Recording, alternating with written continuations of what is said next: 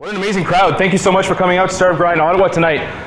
Please help me and give a huge round of applause for Justin Mayers, the co-founder of Traction.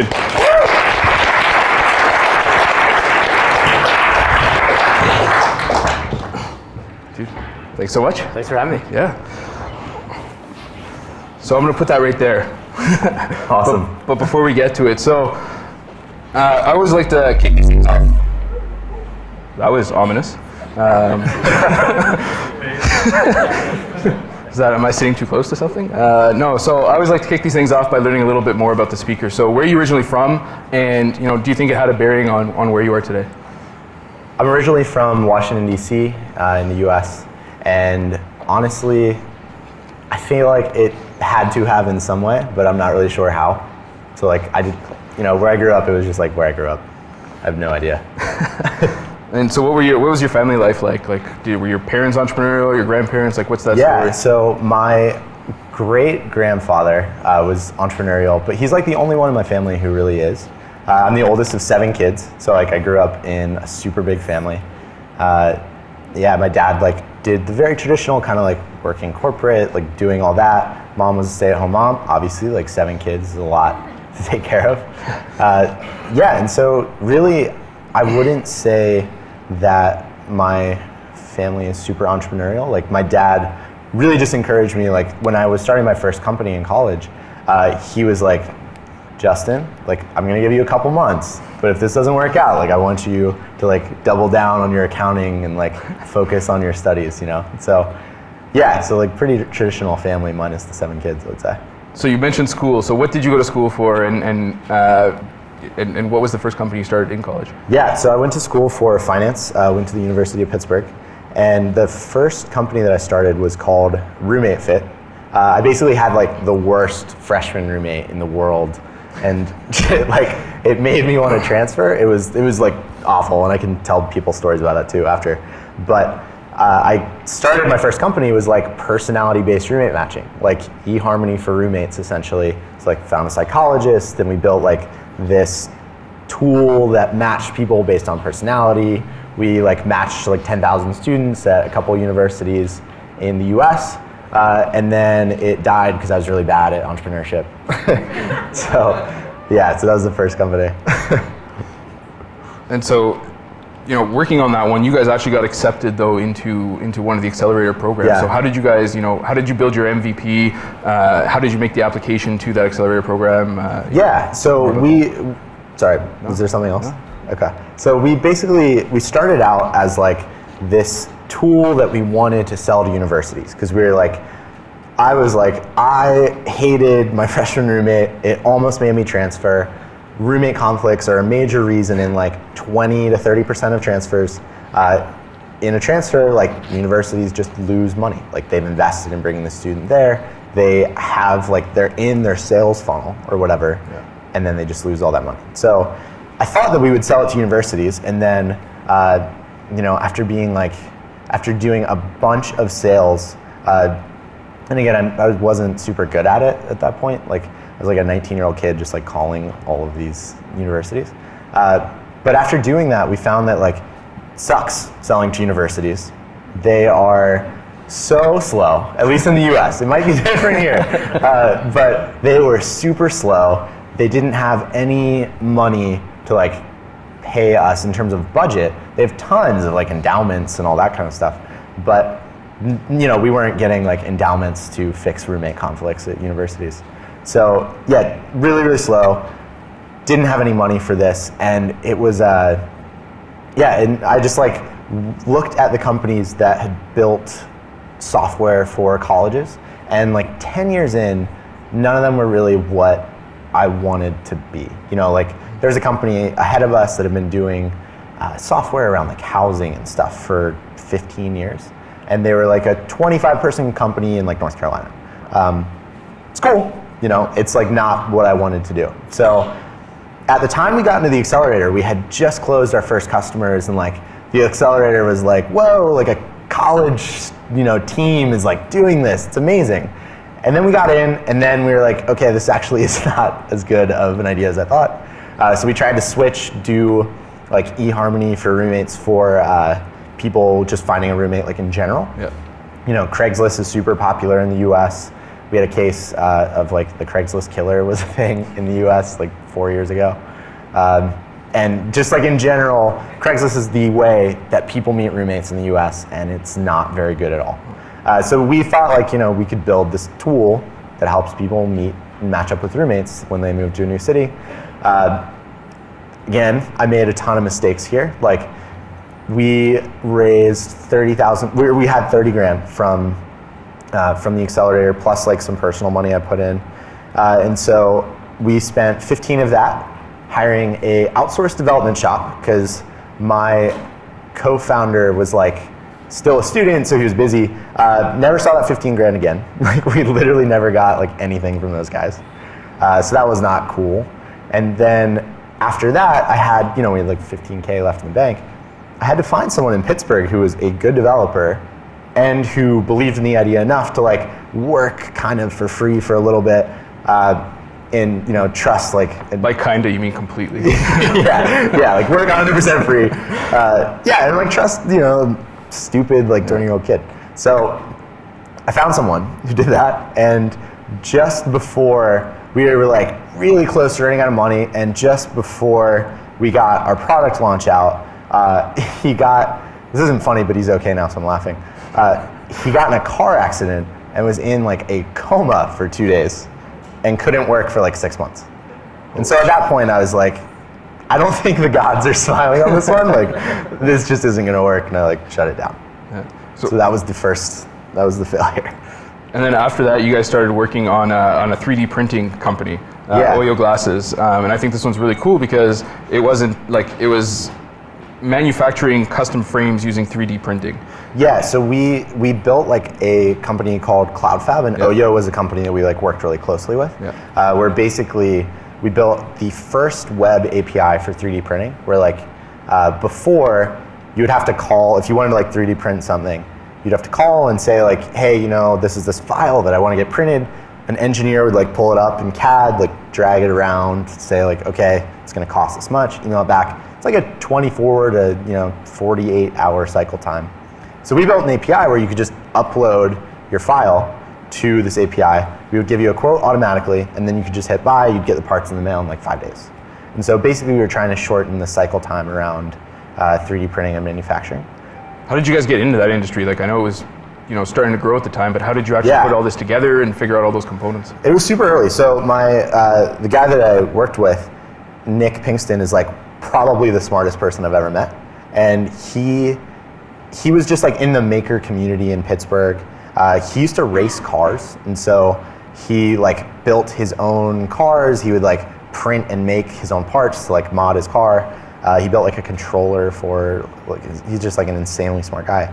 And so he just saw this problem a lot where like he needed to get these very specialized 3D printed car parts. Because oftentimes, like when you're racing old models, you need something custom, you know, and you can't just like order it off the shelf. So he was working a lot with 3D printers and just saw like how slow and how long these cycle times were. And so wanted to start this company, and like we'd known each other and talked about it, and and ended up doing it. Yeah, and so that was CloudFab, the main kind of company, and you guys actually had that acquired in February 2012. So what role did you play in the growth and then ultimately the acquisition of that company? Yeah, like so how did you guys grow it and get it to acquisition? Yeah, so we did a bunch of partnership stuff. Like being an API company is very different from selling roommate matching software. And so the API was basically like any company that's doing a lot of throughput or anything in 3D printing, like we were the only 3D printing API out there. So like we were who they worked with. And so we partnered with a bunch of like maker-esque companies that, and just provided like powered like all their 3D printing. So, you know, Pinocchio is a good example. They're like a super popular site, especially they're based out of New Zealand. They do a lot of like CNC and wood cutting and custom stuff. And we just allowed them to add 3D printing to the mix. And like we did that with across a couple companies, powered Oyo Glasses, like did all that. And how did you find the buyers though? Like yeah, so that was a lot of knowing the space and then just like doing kind of like long-ish negotiations and partnership type stuff. Okay. So that was like a big growth channel. AdWords worked pretty well as well, but it was mostly like our big our big stuff was like all partnership based. Okay, cool. We'll get to that distribution channel in a bit. Yeah. There. So after working at CloudFab, how did you end up at Exceptional Cloud Services, and what do they do? Yeah, so Exceptional was a developer tools company, software as a service business. I met the guy that like kind of founded it. It's like a weird story. We'll get into it later. But I met the guy that ran it, Jonathan Siegel, and again, he was just like one of the smartest people like I've ever met. So, you know, this dude is 37 now. He's had like 7 exits, just like insanely smart, driven, capable. And I was just graduating college, so like I wanted to work with him, you know. And what he was working on was Exceptional. Like it was a developer tool that like developers would use to track and capture their errors. So when you build like a website application, basically it's hard as a developer to see like when shit breaks. And so this software helped with that. Yeah. And so basically you were one of their first marketing hires, or just one of their first hires in general. So like, how did you build a team around yourself? Yeah, so I was brought on as like director of revenue. So I like built the sales team, built the marketing team. And yeah, it was hard. So we were not funded. So we like self-funded the entire way. So to build a team, we actually I moved to Las Vegas for 6 months because talent is like insanely cheap.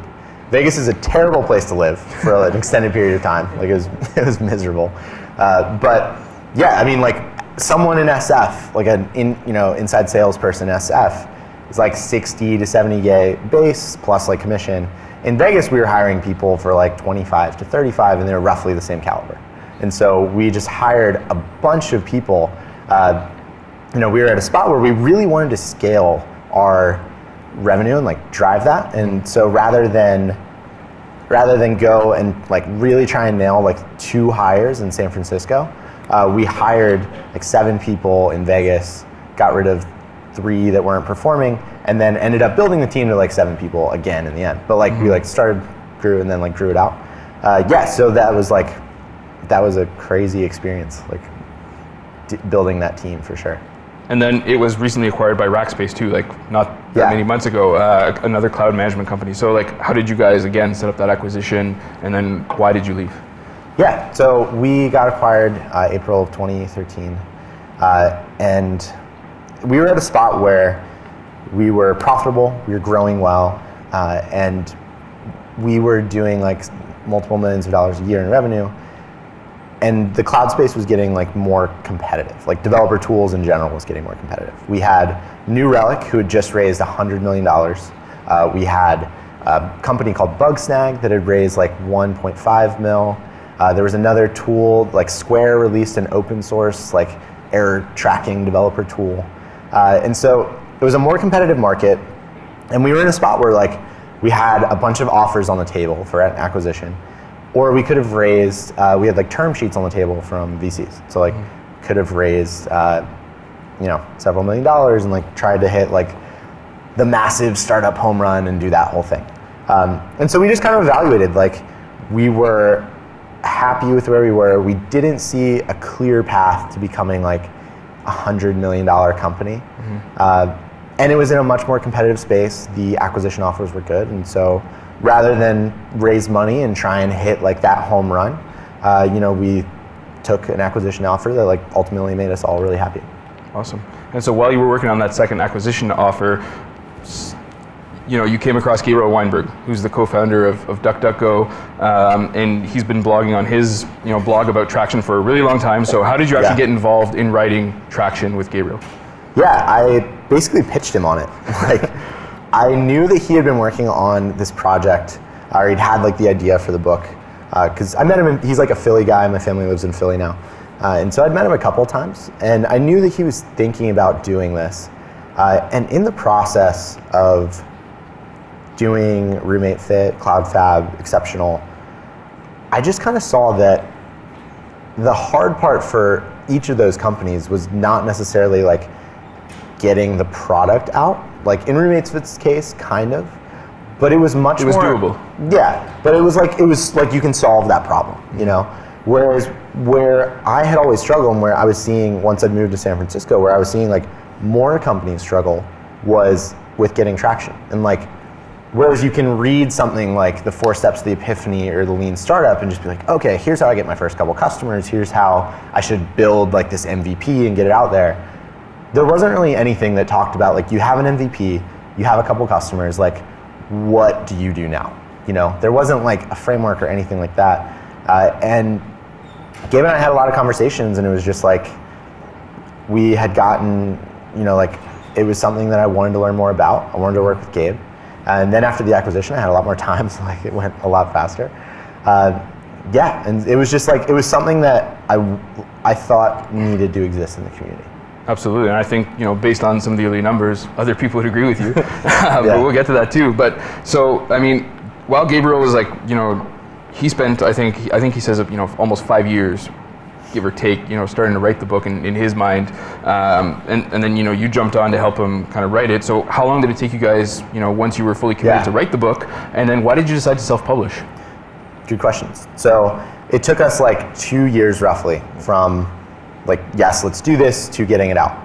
A lot of that is because we'd never written a book before. We messed up a ton of stuff. I'm still not like an amazing writer, but I was like a really bad writer when I started that. And so that also took a lot of time. Like our first draft was like 380 pages, and we sent it out to some of our early readers, and they just like trashed it. Yeah, totally trashed it. And so we basically like rewrote it throughout that process. And then, you know, DuckDuckGo raised money. They have grown like multiple billions of searches a year since we started writing the book. Exceptional, like I started doing that, and then we got acquired. So we both had a lot going on outside of the book, so it wasn't our priority. But yeah, it took a really long time. And then why we self-published? A couple reasons. So we talked to some other people that have written business-focused books, and publishing's in a weird spot where like the publishers don't provide a ton of value, and they take 85 to 90% of the revenue. And so if we worked with a publisher, like this book would have been $25. We would have seen like, you know, $250 on every book sale. And it would have really limited the number of things that we could have done from like a marketing standpoint, from a positioning standpoint, from like partnerships and all this kind of stuff. Like even doing this, like a lot of publishers would not be like happy to send out, you know, 250 copies of like, you know, for like, we couldn't have sold the book for $15. And we just wanted, because this is something we wanted to get out there, and because I think like it can actually help people. I'm not trying to like become a speaker consultant dude or anything like that. You know, we didn't really like care as much about the money, and self-publishing was a really good way. They gave us flexibility and meant that we could get it in the hands of more people. So you mentioned you guys made a lot of mistakes while you were creating the book, but can you also, like, can you tell us what some of those mistakes were, but can you elaborate a little bit more on what was the framework? Because you guys actually interviewed more than 40 companies and case studies and did a whole bunch of research. Like, how did you guys pull all that information together? Yeah, it was tough. I mean, it was a lot of work. Like let's see. So we interviewed people. So we had like this kind of framework. Like we talked to a lot of people about like, how did you grow? You know, what's the process that you used? And that is what basically is in the first 5 chapters of the book, like the Bullseye framework. Like, here's how they went about figuring out their channels, like the way they thought about it from a strategy standpoint and the like. After that, we wanted to write a book with like, so here's the strategy, and then here's every potential channel you could use to get traction. And there was not a book that existed like that. Gabriel and I are not experts in every channel. And so interviewing these founders was like a hack in 2 ways. Like one, we got their knowledge, like someone that grew through trade shows got to tell me what they did and like why trade shows were so amazing for them. That was awesome. Because like I don't know anything about trade shows. It was amazing to learn from them. Secondly, it also really, really helped in terms of building credibility, building kind of like a innate group of people that are gonna help you promote the book, you know? Like we interviewed Noah Kagan. Noah is super smart and awesome, but it also doesn't hurt that he has like 50,000 people on his email list and knows a bunch of people in startups and is like thought of as a marketing guy, you know? So for both of those reasons, it was like a really, really helpful tactic. Cool. So I know some people in the crowd have had a chance to read the book. Others haven't because they just got it tonight. But I'm glad you brought up the Bullseye framework, those first 5 chapters that basically tell you how to think about, growth. So what is it? Why is it important? And how does it actually fit into the lean startup methodology that you mentioned earlier? Yeah, good question. So Bullseye is basically like, quickly, it's like you look at all the channels that exist to you, you like brainstorm, figure out what could potentially work within these channels, you rank them, you run small tests to see what channels seem promising for your business, and then you like double down on the 1 or 2 channels that are performing based on the tests. So the question, no, I forgot it, was what? Just like more about what it is, why is it important? Got it, okay, and how does it fit into lean startup? So, okay. It's a 3-parter. Maybe I should shorten those. Yeah, so it's important, one, because so many companies, like you see this all the time, when they think about marketing, they are like not strategic about it, and they just kind of throw things at the wall. Like you ask a founder or someone, what is on your product roadmap over the next year? And they'll be like, we're going to do this feature, we're going to like build out this thing, fix this, do this integration. If you ask the same thing around like, what are you going to do to go from where you are now to like 10,000 users or to $1 million in revenue? A lot of times they're just like, well, we'll like do some blogging and like we'll like do AdWords and maybe Facebook ads. Like it's not well thought out, And so I saw a bunch of companies that were like doing little pieces of things, like they would like blog once a month, but it wouldn't be a great blog post. They just felt like they should have a blog, and they would like do some stuff on Twitter, but no one actually like paid attention on Twitter. They had like 400 followers, and it wasn't worth doing. And there were all these kinds of things, and like tons of startups would just sample all these things, nothing would work, and then they would die or raise money at terrible terms, or just like get really depressed and be like, okay, I don't know what to do. I need to hire a growth hacker, And so that is why we introduced this framework as like an approach and a system that you can use to think about and work through all these different channels to figure out like what actually makes sense for your business. Go ahead. No, keep going. I was just going to say, I think that it is like a very important thing that works well with lean startup, in that lean startup is incredible from a product development standpoint, like build an MVP, like get early validation, all this stuff. It does not, however, tell you how to get more customers. Like it doesn't tell you like how to grow from where you are now to where you need to be to build like a profitable, meaningful, like whatever business, And that's where I think that it doesn't fall short. It's just not what the book is intended to do, Absolutely. And so in there, while you guys are explaining the Bullseye framework, you come up with the 50% rule. So, what is that 50% rule, and why should startups focus on it? Sure. So the 50% rule, it's basically, it's what we say, like startups should spend half their time on product and half their time on traction or marketing or like something related to growing the company. The reason for that is that today you see like 2,000 plus companies coming out of accelerators, incubators, the like. There's so many of these things. So like 2,000 plus startups, seed funding, readily accessible, like programming tools. You can launch a startup, an MVP, whatever, for like $400, $500. Like that is amazing from an ecosystem standpoint. From an individual startup standpoint, with everyone launching MVPs, it means that it's like really fucking crowded. And so where you see most startups failing today is not like because they can't, again, I said this earlier, but like because they can't build a product, it's because they can't actually get traction. And yet where you see startups spending their time is like all on the product side of things. And so the 50% rule is just like our thing where we're saying, if startups are failing because they can't get traction, the answer to solving that problem is not to spend 95% of your time on product. It's to like think about, spend time, and work on getting traction because it is of equal importance to product. And yet so few companies do that. The ones that do that are the ones that are just like crushing it right now. Yeah, absolutely. And so I don't know if you've got them memorized. I won't ask you to spit them all out, but there's 19 growth channels that you guys Thank you for not doing that. Yeah, I don't know. But basically, which ones have you found to be the most successful, and why? Yeah, so it depends on your business. It depends. It is so business dependent. Like It depends on your cost of customer acquisition, how competitive the channels are. Honestly, whether you're funded or not makes a big difference. Like companies like New Relic, which is a developer tools company we were competing against, one of the reasons they scared us as a competitor was because they were willing to spend $1,000 to acquire someone and assume that they would make their money back over 4 years. As like a bootstrap business, we couldn't do that, you know? So it just depends on all these factors. The ones that I've seen work really well, paid acquisition is incredible. Like if you can get Facebook ads going, especially like retargeting, things like lookalike audiences, custom audiences, all are really, really good. Semantic SEO, I talked to a guy from Bootstrap Bay here just earlier who's done a bunch of awesome stuff with SEO. You guys should talk to him. He's here somewhere, I'm not sure where. Back there, Chris. Yeah. I'll talk to him.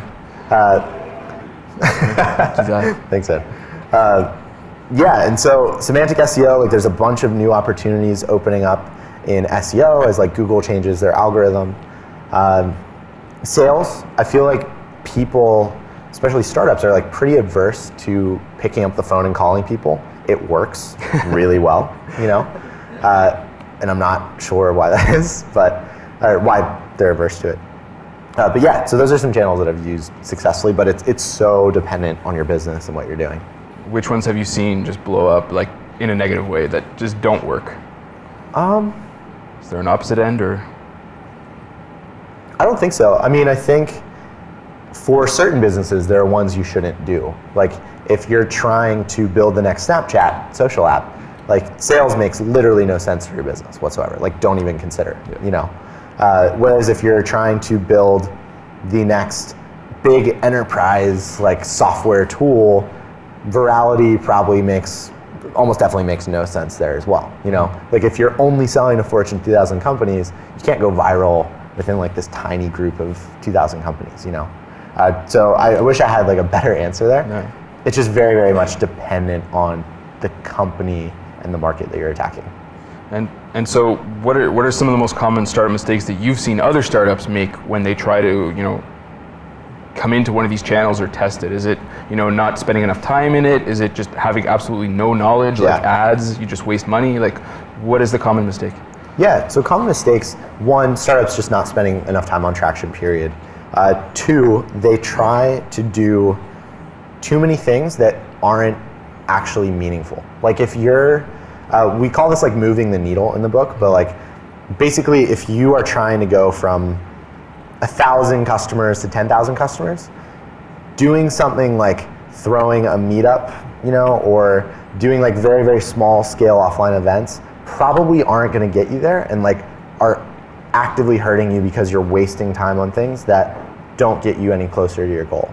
Like even if you threw the world's best meetup and you got 50 people there, it like is barely a blip on your growth and your traction. Like Gabriel, my co-author, he's running DuckDuckGo, privacy-based search engine.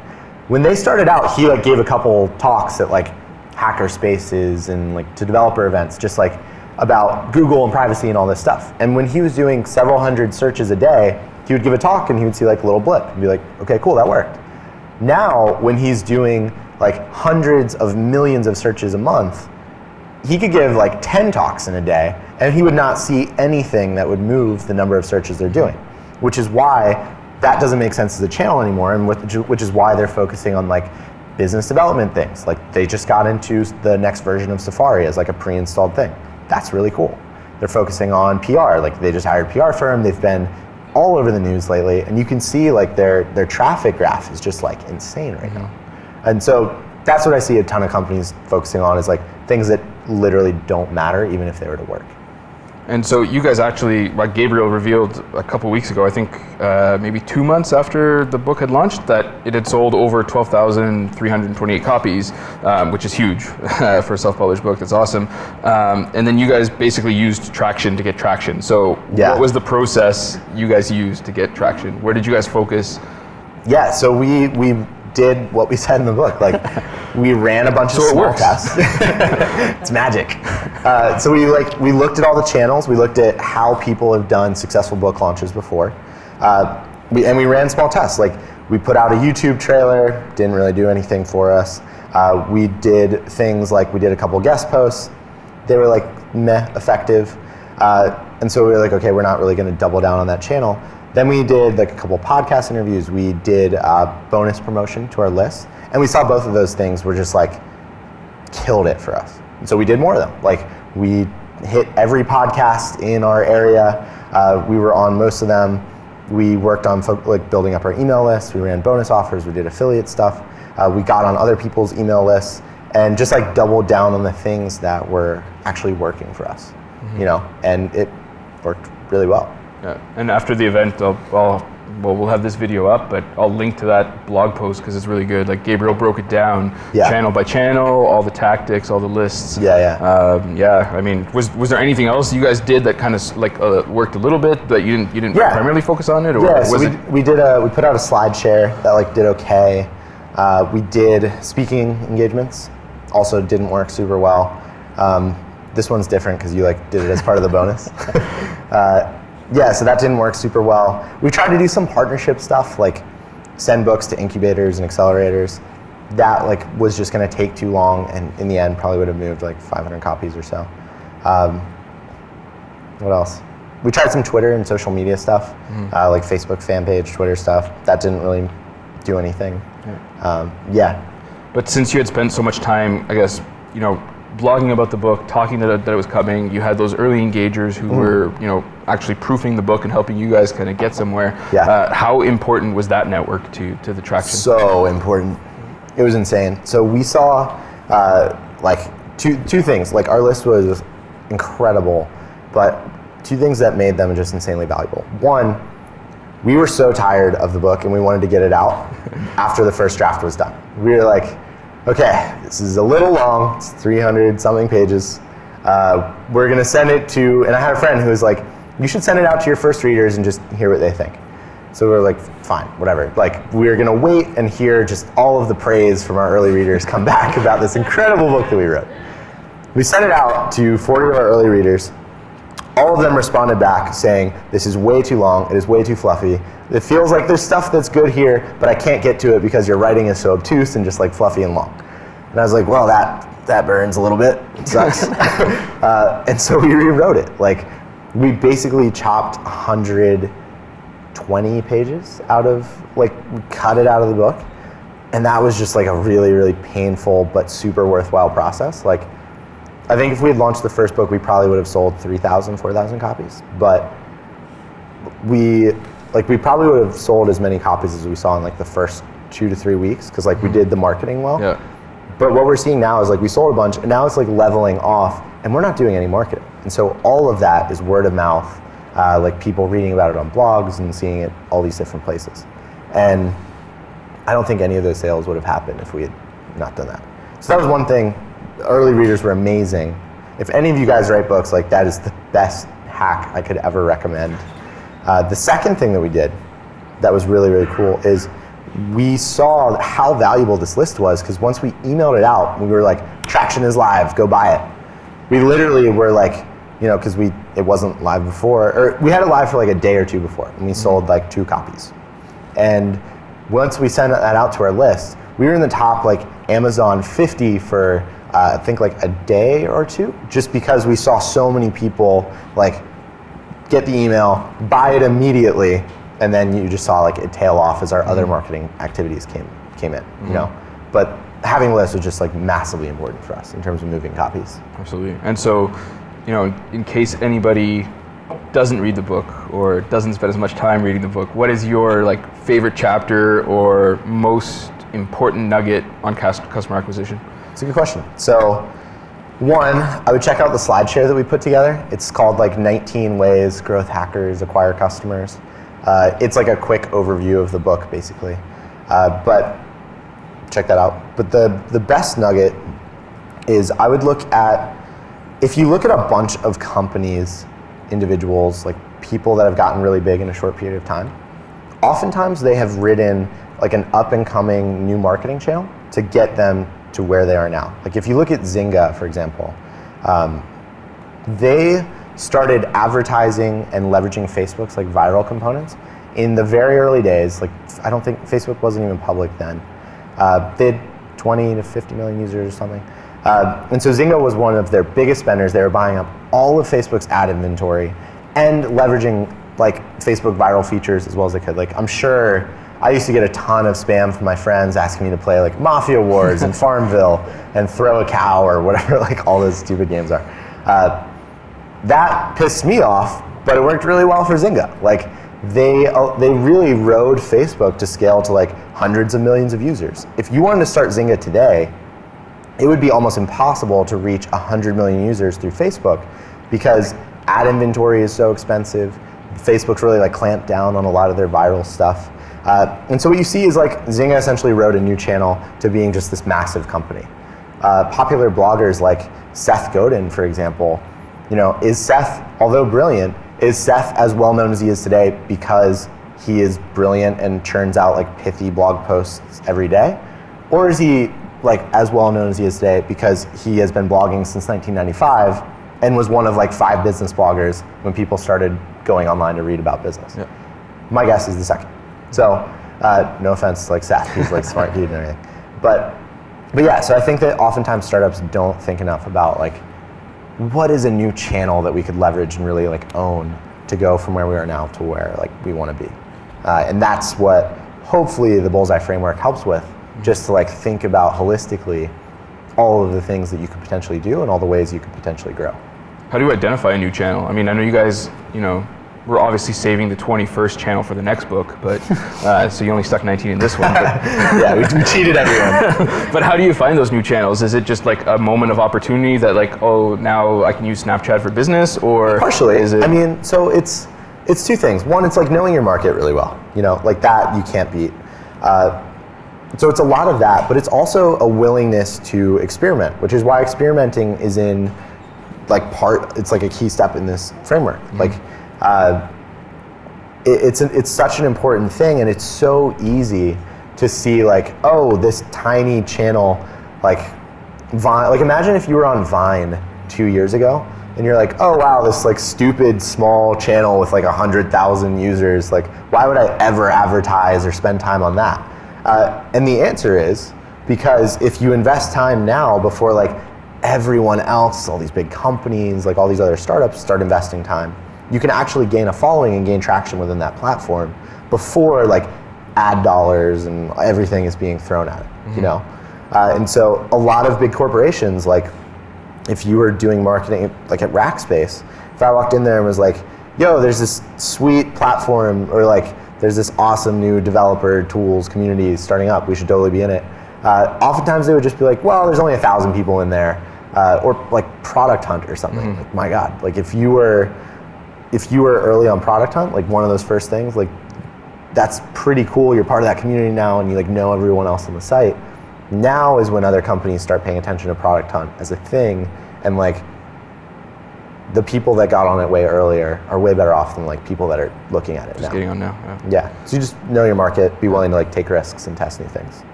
So the book is done. Yep. The acquisition's done. What are you doing now?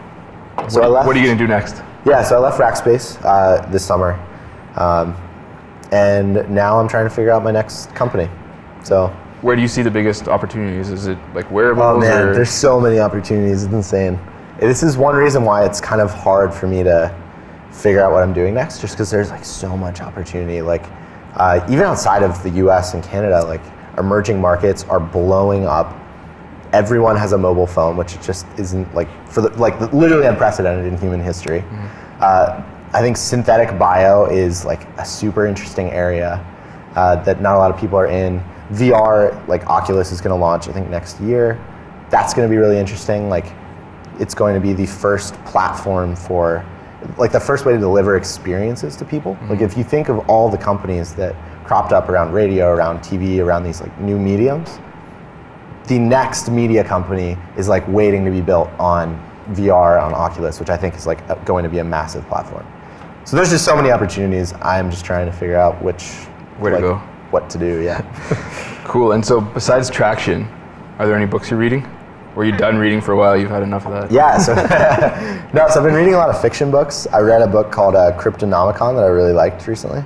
Other than that, like business books wise, I just finished Propaganda by someone that I'm forgetting his name now, but he was like the father of propaganda, written in like the 20s. It was a pretty good book. Yeah. Douglas Hofstadter has a new book that's on my reading list.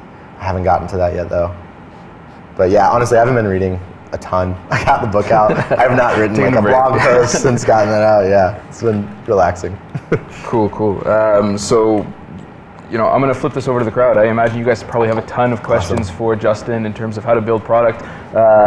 Go ahead.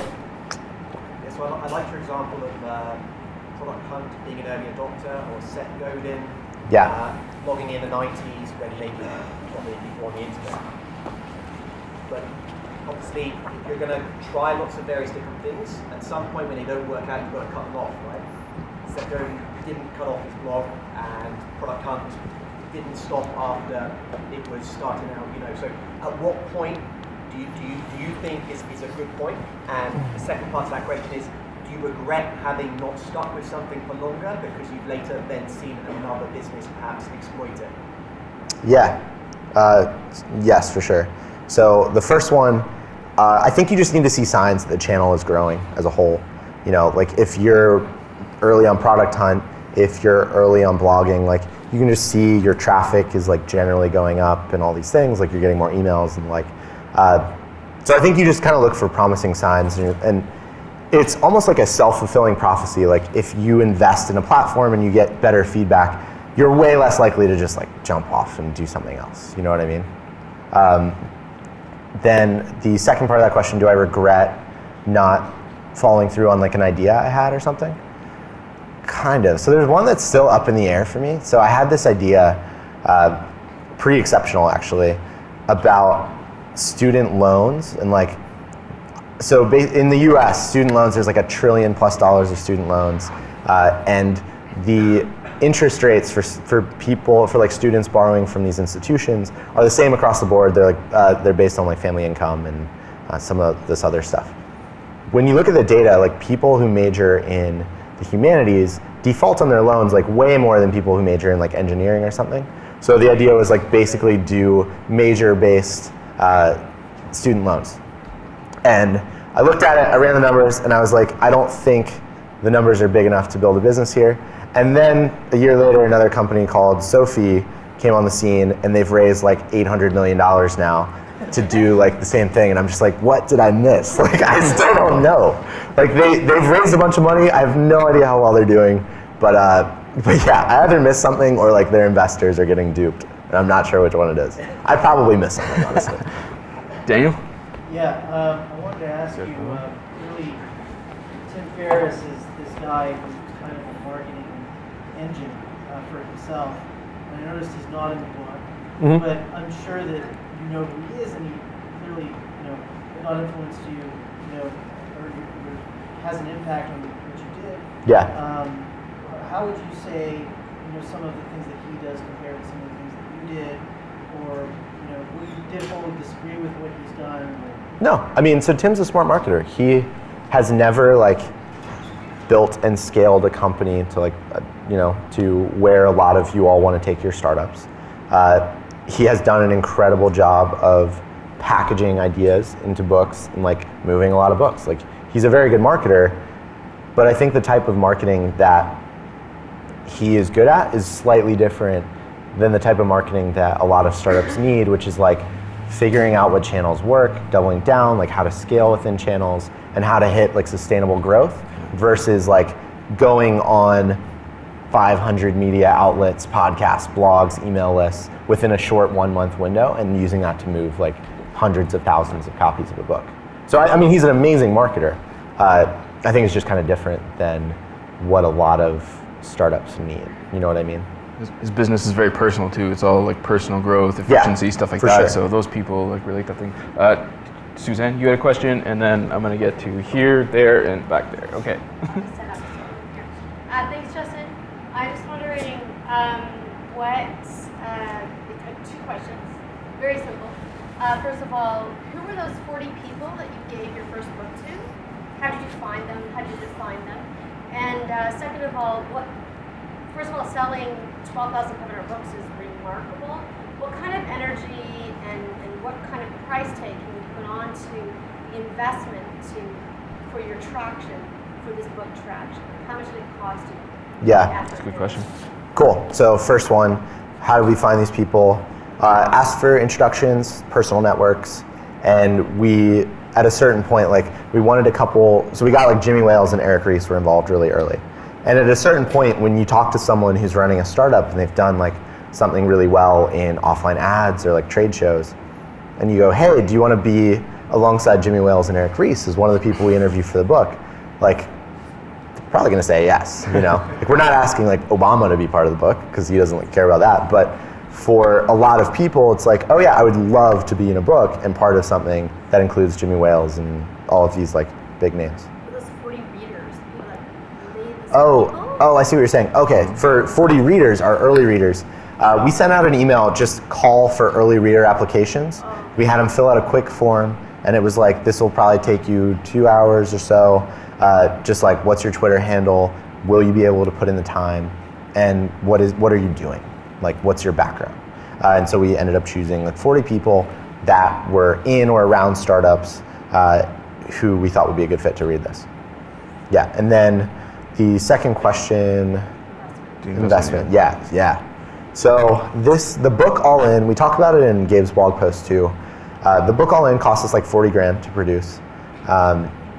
In terms of effort, it was a lot. I mean, I was working basically full time on the launch for pretty much all of August. Gabe was doing a lot, like probably half time for all of August. And then, 2 years of effort before the launch. So, yeah, I don't know. Labor of love. Yeah, for sure. I mean, this wasn't like a money thing at all. Like I don't know. When I started working on the book, my time was way less valuable than it is now too. So like, like that guy got paid a lot less. It's really, really hard to estimate. But I think, yeah, it was definitely not a good financial investment. But it is. I'm really glad that it's out there. Like I wanted to write a book at some point in my life. Yep, right here. Yeah, go for it. And then. I want to pull on the two first. String a little bit because I was talking to Harley from Shopify. I don't know if he's here or not. About the Build a Business contest that they started. Yeah. Early days. That, as far as he's concerned, I want to speak for everybody. Really helped him cross the chasm. Like it was just monumental. For sure. And they're doing their third one now. It's just like Yeah. So I'm about a third way through the book. I don't know if you talked about that or not, but I'm curious to know where you think that fits within your 19. Doing contests, you mean? Yeah.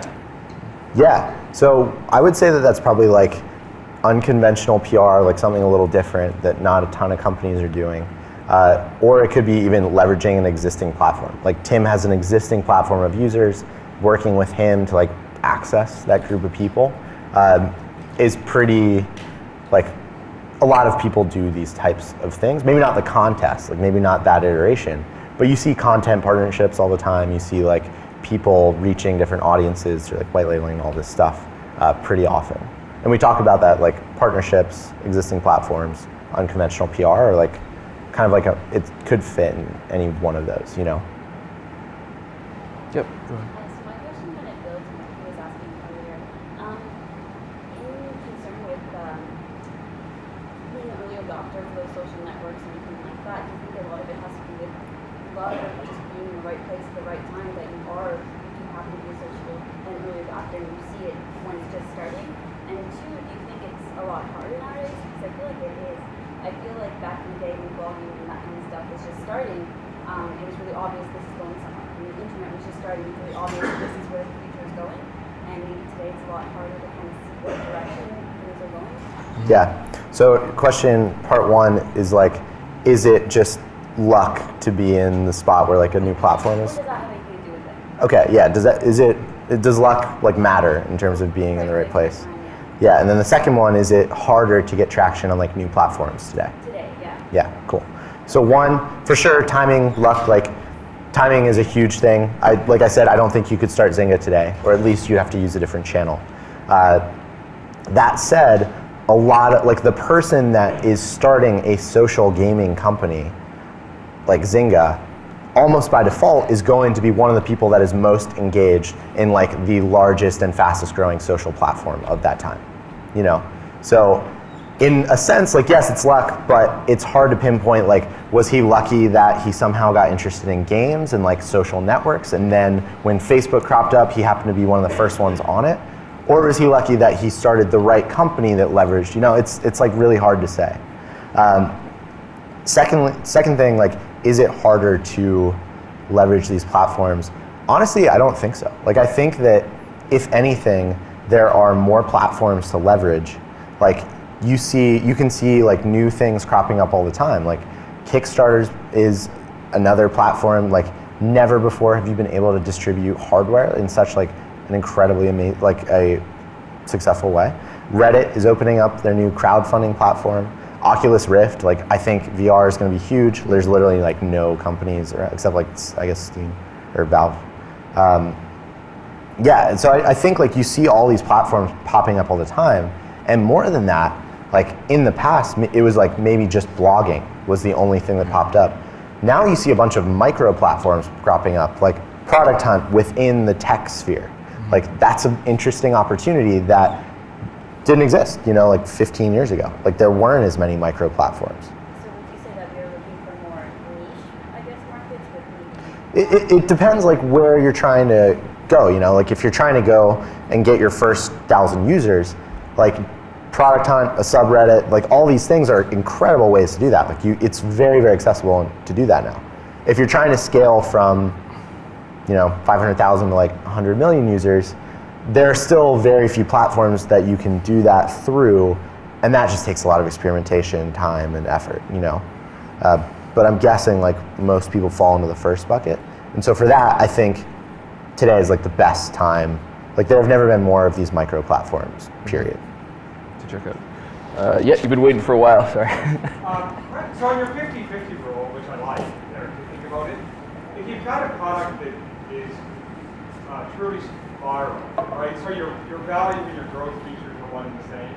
You then count the development of those growth features in 50% this channel. You know what I mean? Yeah, for sure. I mean, if you're building in the rule is not like if you're committing a feature, you shouldn't like stop when the clock hits like 20 hours, you know? It's more just like focus on things that move the needle for you in a traction sense. And so if your channel is virality and you're working on a feature that will cause users to bring others into your product and your viral loop, that totally, like, I think that is admirable and makes sense and it counts, you know?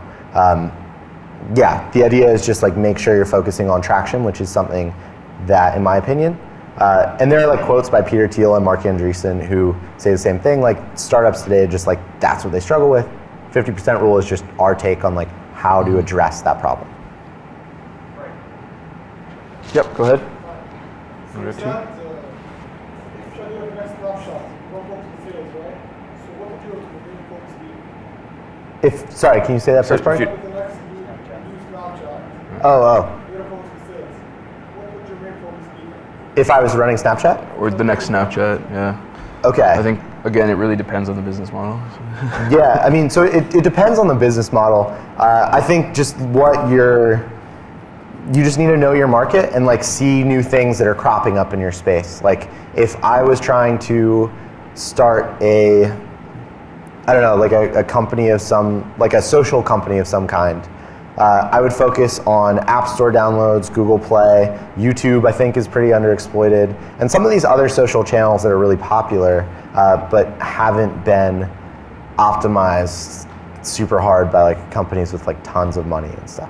But yeah, I mean, it's a very business specific decision. You know what I mean? Mm-hmm. There was one up here, okay, one, and then we'll go to the back, sorry. Go ahead, yeah. One thing we haven't really been good at our company is just partnerships. Like, they just scare the hell out of me. Because, like, you know, sometimes like you realize the advantage you can have, you complement each other's suite and stuff like that, but at the same time, there's always the fear they're going to encroach in your segment and start like taking IP. And I mean, like, as soon as you realize you have a massive opportunity, you're capturing a lot of sales. Like, how do you establish that trust with those partnerships and make sure that it's synchronous? Like, how do you? Yeah, that's a good question. A lot of it is, his question was how to establish trust and figure out what partnerships make sense. a lot of it is like a strategy question, honestly. Like if you think they're a long-term competitor, like, you know, maybe be wary of that. But in general, I think that if you truly have a differentiated product that isn't a commodity that they just can't like wrap into themselves, you know, partnerships can be an incredible way to get you like meaningful jumps in traction with a couple months of like work and business development. Like, I don't know how many companies I've seen that have done a partnership and just gotten like killed by the person they partnered with, you know? Oh, yeah. Like, yeah. There have certainly been bad partnerships, but I think that there are things you can do like, yeah, we'll do this partnership and then just have like a non-compete or like other clauses that, you know, it's just like a structural legal thing, I think, in a lot of cases. Back to, yeah, you go forward, Ben. Yep, go ahead, yeah. That what? Interviewed companies. Yeah. Oh.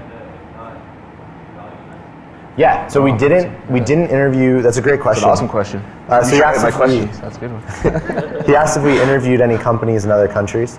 The answer is no, for a couple reasons. One, language barrier for a lot of them is a problem. It's not a problem for them. It's like an issue we would have.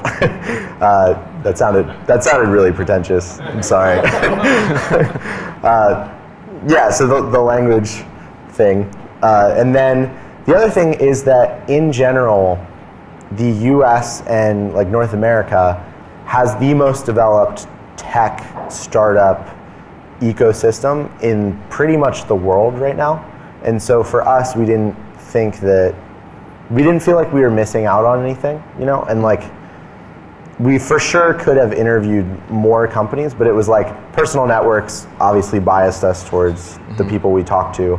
And when we have companies like Kayak, we had Wikipedia, we had Eric Ries, like all these people were best in class in the world, not just in the US, you know? But yeah, it's a good question. Yeah, I had not really thought about it before, absolutely. actually. I'll get back to you in a second. Just, sorry, you've been waiting a while back there. Yeah, go for it. You mentioned earlier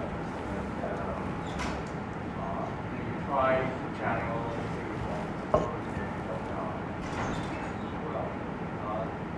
comment is small stuff don't have channels. Great question. So he asked like if, sorry. The implication seems to be when you talk about channels, you're applying B2C channels. They comment on B2B channels. So most of the stuff I've done is B2B. But first question was, if you're a startup, you don't have a ton of money, how do you like test multiple channels? The answer is there are a bunch of things you can do to test like test channels in a cheap way. Like if you want to test content marketing, there are things I would do, like try writing the best blog post you could imagine, like spend like a week doing it or whatever, spend a couple days promoting it like to the best of your ability, maybe spend $200 on like Outbrain or Sharethrough, getting it distributed on a couple of other content networks. And if at the end of all that, like if you've given it a good shot, if it doesn't move the needle for you, then just say like, okay, we gave this a good test, we're gonna move on. And in most channels, you can do this for like less than $500. So was there another question at the back? Sorry. Yeah, and then the second question was like, what was the second question? B2B. Oh yeah, B2B. Yeah, so B2B. So that's generally what I've done. I look at things that are working now. Content marketing is working now in B2B. Inside sales are working really well now in B2B. Partnerships are working well in B2B. So look at like what's working and then how can you tweak them within each of these channels. Like content marketing is working, awesome. Can you put out content marketing in a space that's less competitive, because blogging is very competitive, and you're seeing like YouTube videos doing really well, infographics doing really well, kind of like mini tools and mini sites doing really well. So just like figure out what's working in this general space, what tactic can you try and replicate, and is there any way you can differentiate like within that tactic? I think works pretty well. Does that answer your question? Is that helpful? Michael, did you still have one? No. You're good? Okay, Liam, and then I'll get to you guys. It's so cool how you know everyone's name. What's one of the most underrepresented skill sets you see in marketers today that you wish they were actually developing? So like as an example with me, in the business that I do, if we're going to hire someone who's in marketing, I want to know whether or not they know databases, because that for us is really important for us, and it's actually something that I don't find in the vast majority of people that call themselves internet marketers. Yeah, I would agree. I think technical skills not to a programming level, but just to like the ability to install and instrument analytics, the ability to do database queries. So like low-level technicals, just like technical proficiency, I would say, is something that you see a lot of marketers struggle with. And the ones that can do it well are the ones that are just like cleaning up right now. Yeah, so like anyone, like if you're a technical marketer right now, I know one company in SF that is hiring a technical marketer for like $350K is like the base. It's like engineering, like VP engineering level salaries just for people who can sort of code and they're like marketers. It's insane. I was going to ask, what were some of the hardest moments in every startup? Well, so roommate fit was my guy getting in a car accident. That was terrible for him mostly, but it also sucked for them. Then CloudFab, I mean, there are like challenges in all this stuff. Like CloudFab, we tried to hire 2 different people that like hired and set the business back. We had like an investor back out at the last minute, which kind of like forced us into the sale. Exceptional. So like when I said we hired up a sales team, we hired a bunch of people. I did a bad job hiring some of them, and so I had to like fire them pretty quickly. That was super shitty. Yes, they're definitely, one of them like sued me, so that wasn't fun. So they're definitely dark times, but yeah. Daniel? Two questions. One, in reference to Vegas. From what I know about Vegas, it's a very transient population. Yep. A lot of people in and out of town, so I'm wondering what your turnover rate was. And then the second question is, when you're selling to universities, that's enterprise sales, really long sales cycle. Yep. This stuff, in here is great, but that's like very fast response, I think, mostly related, like if you're driving an enterprise sale with a large organization, there's a lot of stuff I think you can do on the internet that isn't going to matter to shorten that sales cycle. So I'm wondering For sure. what ideas you have around how to take an 18-month sales cycle and shorten that down, in the context that you think you're going to do. Yeah, so there is an incredible resource online called Sales Hacker, but it basically it details stuff that a bunch of really successful companies are doing to shorten sales cycles. Like there are ways you can get in front of more prospects more quickly. There are kind of like social hacks you can use to move deals forward, but ultimately figuring out like that's just like a really, really hard problem. In the off case that you're starting a company that you can only sell to like a Fortune 2000 or a Fortune 5000, a lot of times this stuff may be less useful for you because you're just like, well, it's going to be enterprise sales. Like this is and it's going to be a slog, and this is what we have to do. That said, I think there are other channels that you can test that can move things along. Like, if you think about it, enterprise sales is not like talking to this big amorphous organization. There's like people within there that you want to champion your deal. So what I've seen one company in particular doing is doing things like retargeting specific employees of the organization, doing things where you can like get your content about why your shit is so awesome in front of the very people that need to sell their bosses and their coworkers on why your stuff is so awesome. And when you're talking like 50K, 100K, 500K deals, doing retargeting on small groups of people, doing like conferences or meetups or small groups of people suddenly becomes like very valuable and potentially worth it. So that's what I've seen kind of working pretty well. But it's not like 18 months to 2 weeks. It's like 18 months to like 10 months, which is still valuable, but it just takes a long time. Oh, you got to follow. Vegas, transient pop. Yeah. Our turnover rate we didn't have any issues with that. We had high turnover because we got rid of some people, but it wasn't because people left, if that makes sense. Because there are people that live in Vegas, surprisingly. There are people that live there, and they need jobs. Yeah.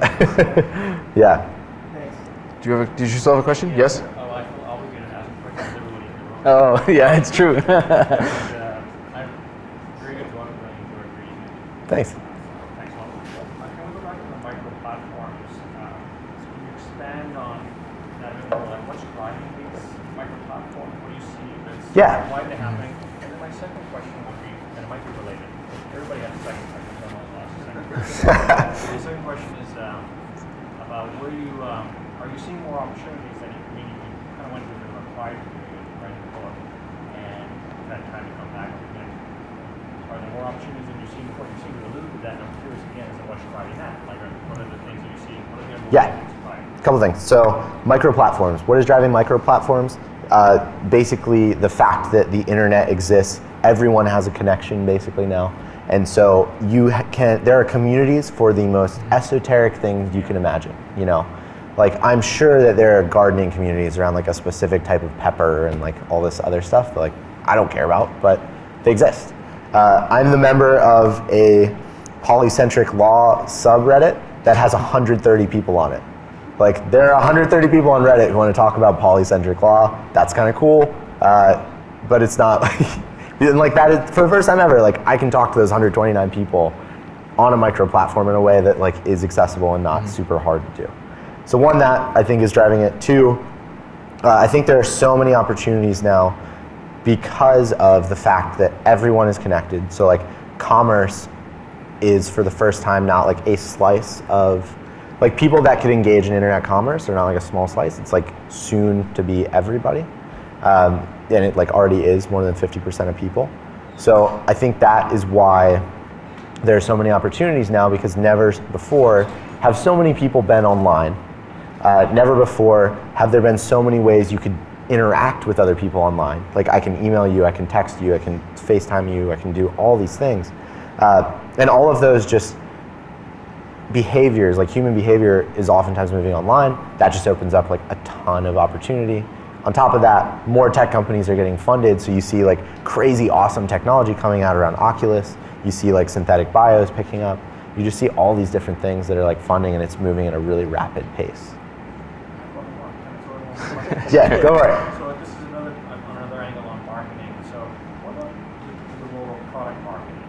Like what's like in Silicon Valley, product marketing is a well-respected career. Yeah. At one point in time, I'm curious, has that changed? And like, what's the role? It's still around. Those people just call themselves growth people now. Yeah, it's like the exact same thing. But when I look at product marketing, more like an inbound thing where they're focused on features and requirements and like that. So a lot of cases, growth is as well. So I run a small growth group meetup in San Francisco. So we have like guys from Pinterest and Airbnb, and like I know that they have 30-person teams. They sit, like their team's entire function is to build small features and to optimize onboarding flows, like viral cycles and all this, which is very much related to the product. It very much impacts someone's experience with the product, but it's just not called product marketing anymore, at least in San Francisco. All right, one more here, and then okay, last two questions. We'll do right here. Can we do the last? I think 3 of them, right? Yeah, sorry. I meant you and then. Timing is important, and then you also gave an example of where you went to Vegas to be where the inexpensive salespeople are. Could you expand a little bit more about location? Because we all live in an age now where the internet, to some degree, you can be anywhere in the world, but it does make a difference, I would think, for different types of businesses, what location you operate out of. For sure. I'd be interested in your perspective on that. Yeah, for sure. So I think like the remote developer, the remote team is very much a thing now. We needed to hire salespeople that most salespeople are not technical enough where they know about developer tools. And so that meant I had to be like on the ground with these people. I still think running a sales team, I still think doing, especially like sales, probably customer, not customer support, like sales especially, very much helps to have a sales manager and like people who are working with and around them. That said, I think that you're seeing location is like less important than it has been in a while, you know?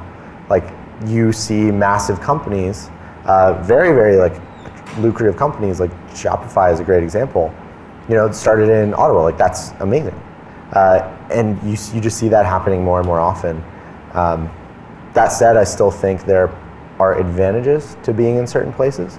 I just don't think that they're prohibitive anymore. You know? Does that make sense? Yeah. Right here. Yeah. You mentioned spending time on the channels that are upcoming. You know, that they're not quite there yet. But when you cut them off because they're not performing before they become like the next big thing? So you prevail a bit more on those before cutting them off?